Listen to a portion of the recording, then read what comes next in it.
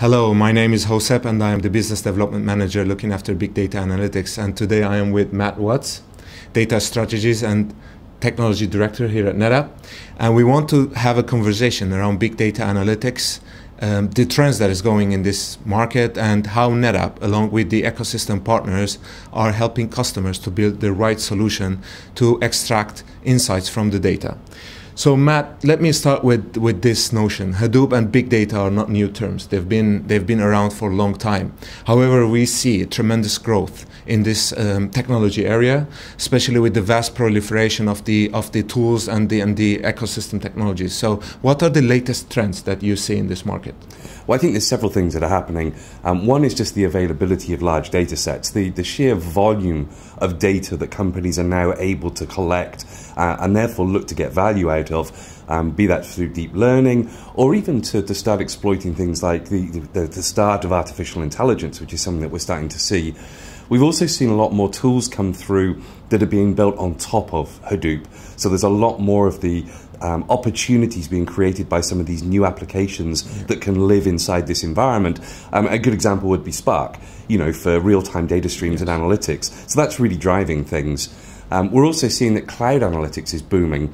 So again, you can build your analytics platform inside a hyperscale provider. It's incredibly simple to do. So a lot of people are starting to use that as a test bed, as a way of starting to do things. We're also seeing the rise of NoSQL as well, bringing kind of scaling, performance and cloud capabilities, which is really to fulfill the three V's, if you like, when it comes to analytics.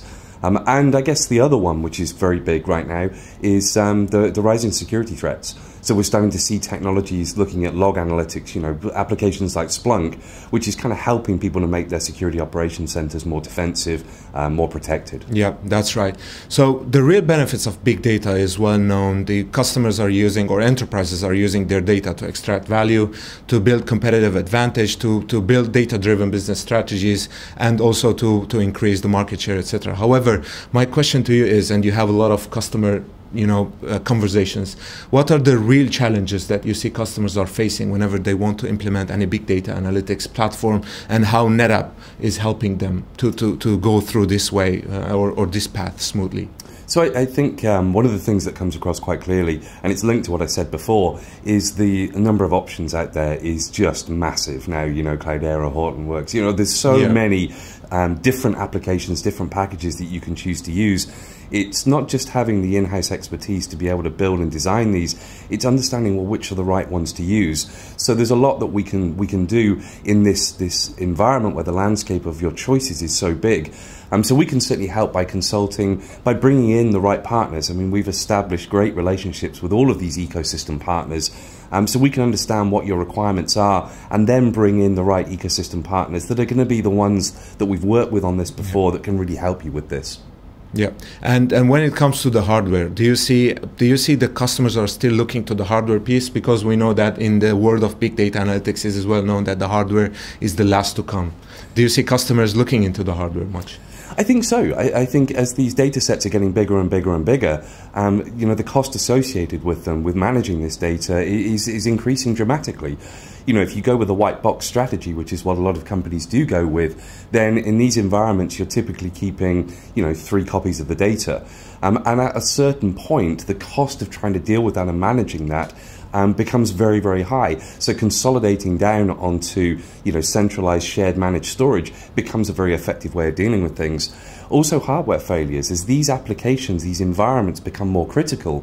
When something goes wrong, and especially in a white box environment, the impact can be huge, and that impact now has a very wide effect across a large number of business units. And it's also around cost.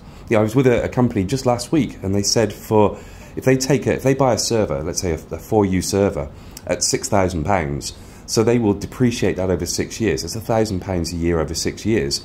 But the cost of feeding and watering that in the rack is £2,500 a year. So for a £6,000 investment, that's a £15,000 feeding and watering cost. Now, as that starts to scale, it's not the investment into the hardware, it's just keeping the lights on that hardware starts to become incredibly expensive. Yeah, and that is really true when it comes to, especially for Hadoop environments, when you have petabytes of data and you need to keep multiple copies of the data. And then if you're going with the white boxes, you don't have the decoupling, the leveraging the storage separately and the scaling the storage separately than the servers. That is also true when it comes to the Splunk. And I think that is, it sounds to me it's the best fit for our own E-Series, right? Absolutely. I mean, our E-Series platform has been hardened over many years. It is incredibly fast, incredibly dense, has some really cool features in there as well in terms of reducing the number of copies, as well as that reducing TCO. It's also incredibly reliable. So whilst these things might come across as, well, you take these as given, you can't take some of these things as given in a white box scenario. So actually, as these applications become more business critical, then the infrastructure that underpins them becomes more business critical as well. Yeah, I see that. And also, we also have NFS Connector. If we have customers running data on the ONTAP systems, they don't need to move it out and move the data to do analytics on top of it. They can just leverage the NFS Connector to do in-place analytics.